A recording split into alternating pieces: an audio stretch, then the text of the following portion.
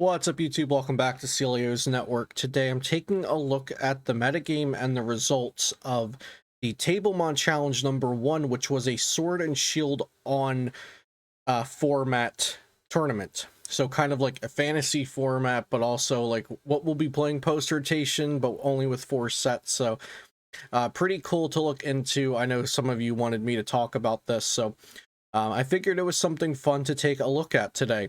Before we get into it, though, shout out to PotownStore.com, the best place for you to get PTCGO codes, and be sure to use code CELIO for 5% off. So this was an open tournament. Anybody could enter on play.limitlesstcg.com, so be sure to check out this website if you want to play in online tournaments.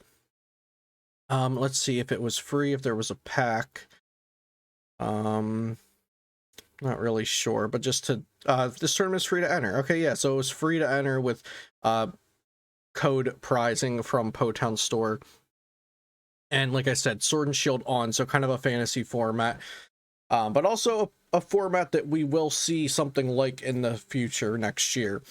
So Sword and Shield on. So Sword and Shield, Rebel Clash, Darkness Ablaze, Vivid Voltage, and promos from between there were all legal. So Champion's Fate, Champion's Path, Champion's Fate. Oh, Champion's Fate, that'll be the next one. But yeah, Champion's Path as well. So here's the metagame breakdown on play.limitlesstcg.com. You'll see there was a lot of Zacian. Zacian was 30% of the tournament, Eternatus was 20%, and yeah, then everything else was pretty minute. There are a lot of things that go into this. One, this is not the format everybody is testing, so a lot of people wouldn't have just picked up a deck that they thought would be, okay, this has to be good, so I'll just pick this up and play it because I want to have fun on a Friday playing in this challenge. Some people might have actually thought Zacian will be the best deck. Like maybe they did test this format and it turns out to be the best deck. And Zacian is also just a card that people are used to playing with right now, so they could have just said, hey, you know what, I'll just take ADP or Luke Metal out of this deck and throw in some other cards, and we'll have a deck to play this tournament with. Eternatus, kind of the similar thing. Eternatus doesn't really lose much in this post-rotation, this Sword and Shield on-only format.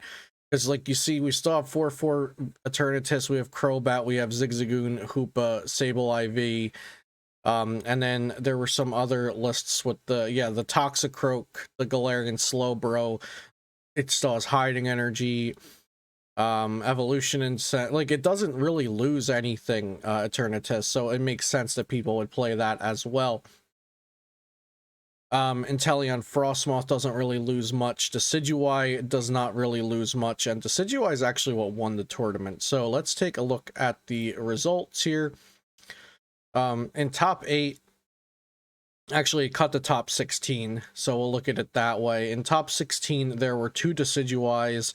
There were 1, 2, 3, 4, 5, 6, 7, 8 Zacian. So half of top 16 was Zacian, but when you look at the metagame and 30% of the metagame was Zacian, that isn't surprising.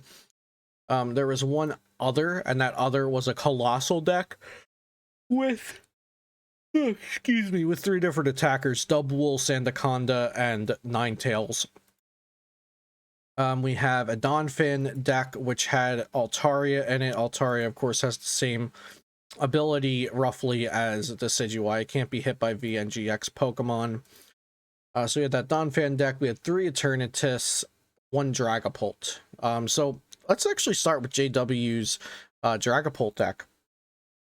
I think that's really interesting. Dragapult wasn't heavily played. So this new kind of Sword and Shield on build of Dragapult, again, a deck that doesn't lose much. It did lose Jirachi Team Up, but JW just easily replaced that with Amazing Rare Jirachi, which, instead of looking at the top 5 for a trainer, it looks at the top 2 for any card, and then you can also just retreat it with Air Balloon because it doesn't put itself to sleep like the Team Up Jirachi did.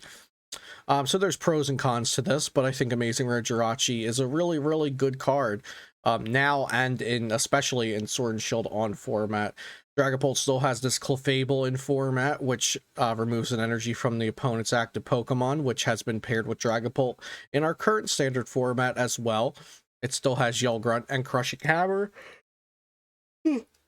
Excuse me. One thing it doesn't have is the Giratina from Unified Minds, which works really well with this energy removal thing. But yeah, as you could see from this list, really Dragapult keeps its core. Dragapult doesn't really change much. It still stays Dragapult. You can still run the energy denial if you want to in the deck. And JW did end up getting top 8 with that. Another list I want to look at is Robin Schultz played in this tournament as well. So some big name players in this tournament. He played Zacian. He also played Quad Zacian in an expanded tournament as well and did well. So this goes to show, play Quad Zacian anywhere and you should be able to do fine. I like this list. It's built for consistency. As you can see, it has 4 Zacian, and then 4 Boss, 4 Research, 4 Marnie, 3 Sonia. It has 14 Metal Energy, so you can try to really be consistent with getting those Intrepid Sword attachments. And this truly is just a Zacian deck, really. It has Zamazenta, but I think Zamazenta is less good with Luke Metal out of the format, because Luke Metal really keeps Zamazenta alive versus the smaller attackers that can counter Zamazenta, and it also Zamazenta also loses Malolana to heal it. Robin was playing the Aegislash that can counter Desi, but Desi actually wasn't paired up against Robin. It was paired up against the Zacian decks that did not play Aegislash. But yeah, this is just a super consistency based deck, and something I would expect from Robin or any of the other Limitless players. They really know that consistency is key. And now let's take a look at the winning Decidueye list from Alex Hamilton. Only lost 1 game. What did he lose to? He lost to one of the Zacian decks that had Aegislash in it. And Galarian Stunfisk. Yeah, they definitely didn't want to play against that one.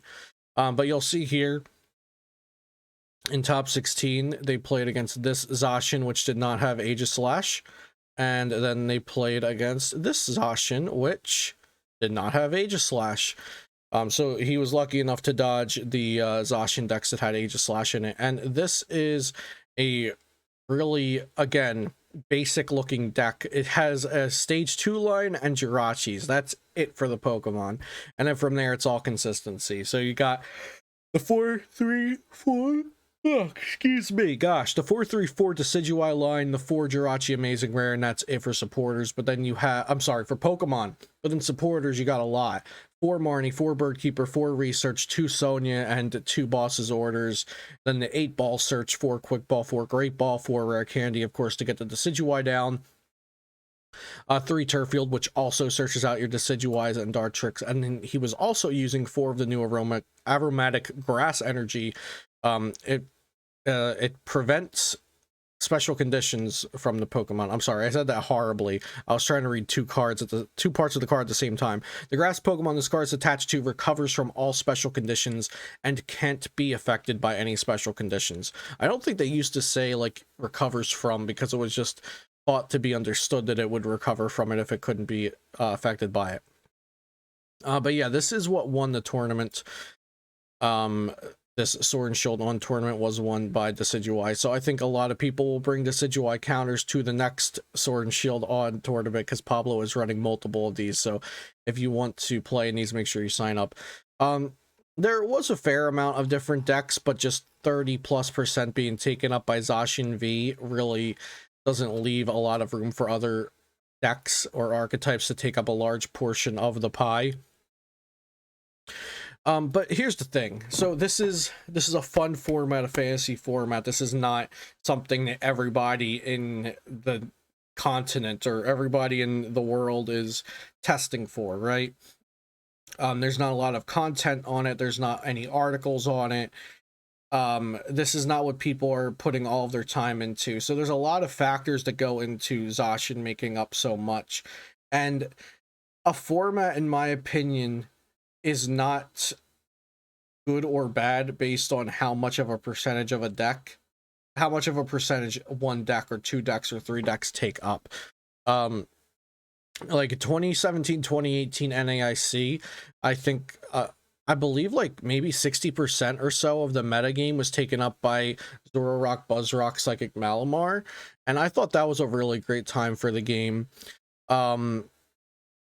Even back in the day, like some of the Darkrai and Virizion Genesect metas are thought to be pretty good, and those were heavily dominated by just a few decks. But also keep in mind, there's only 4 sets here. It's just Sword and Shield, Rebel Clash, Darkness Ablaze, and Vivid Voltage, aside from promos and Champion's Path. So you can't expect it to be too diverse, in my opinion, because there are going to be just a couple of decks that people cling to, or a couple of cards that are really, really strong, because maybe other cards either lost tools that they needed from previous sets, or other tools that they need have not been printed yet from future sets. So that's something to keep in mind. I think this is, it looks like a pretty good format. I haven't played in it myself, but tag teams aren't gone. Tag teams are gone. So like no tag teams, it's worth trying. And it also doesn't look like it's dominated by V Maxes either. It looks more like it's dominated by V Pokemon and the single prize Pokemon that take advantage of said V Pokemon. So yeah, that's how I am looking at this format. I'd like to see how it develops. Like I said, he's holding multiple of these, so he has December 4th, 11th, 18th, January 8th, 15th, 22nd, and February 5th and 12th to play in these. And then I think he's also doing like an end of he's doing like an invitational at the end. Yeah, people earn chair points for doing well in these. Chair point, Tablemon, chair table, you got it. But yeah, so I highly suggest you trying out some of these events if you're interested. It looks pretty fun. Like I said, tag teams are going because it's Sword and Shield on, and I wouldn't think too much into it, like, oh, this Sword and Shield on format's going to be unhealthy, look at all the Zacian. There's only 4 sets, people aren't heavily testing for it, so maybe you could be the one that changes the meta if you want to take some time and test this if you're not interested in standard format or expanded format and you have some time to devote to Pokemon. So I hope you enjoyed me covering the Tablemon Challenge number 1, the Sword and Shield on metagame. Let me know if you want me to continue talking about these. And of course, shout out to Pablo Tablemon for holding these, because I think it's a great thing to do for the community. And I'm sure you all know Tablemon's YouTube channel if you're here, but if you don't, go ahead on over and give him a subscribe as well. So thank you for watching. As always, check out PotownStore.com, the best place for you to get PTCGO codes. Use code CELIO for 5% off. Subscribe to this channel if you have not already for daily Pokemon TCG content. Leave a like and a comment, and I'll see you next time here on Celio's Network.